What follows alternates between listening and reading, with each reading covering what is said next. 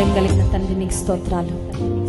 రాత్రికాల సమయంలో ప్రభువా, నీ రక్తం చేత కొనబడిన నీ ప్రజలుగా నాయన, సమాజముగా సమూహముగా ప్రభువా నిన్ను ఆరాధించి స్తుతించే గొప్ప అవకాశం మాకు ఇచ్చినందుకు స్తోత్రాలు. ఈ కడప పట్టణాన్ని, ఇక్కడున్న నీ ప్రజలను ప్రేమించి ఈ 3 దినాలు నీ ఆత్మీయ ప్రవాహంలో ప్రభా మేమందరము నూతన బలమును, నూతన శక్తిని పొందుకోవాలని, నీ కొరకు జీవించాలని ఈ కడప సువార్త పండుగలు మీరు ఏర్పరిచినందుకు వందనాలయ్యా. ఇప్పటి వరకు నీ వాక్యం ద్వారా, పాటల ద్వారా మహిమను పొందినందుకు స్తోత్రాలు.